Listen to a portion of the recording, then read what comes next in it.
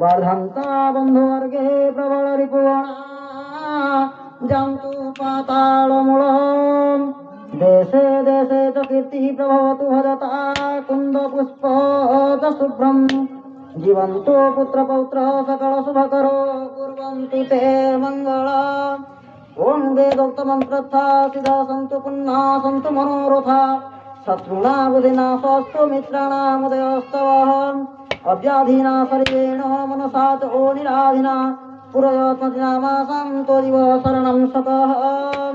दीर्घायुरप्रतिहतं बलविद्यसमन्वितं पुत्रपौत्रधनसज्जं युक्तभवतु योतमं स्वस्त्यस्तु ते कुशलमस्तु चिरायुरस्तु गोहस्तिबाधिधनधान्यसमृद्धिरस्तु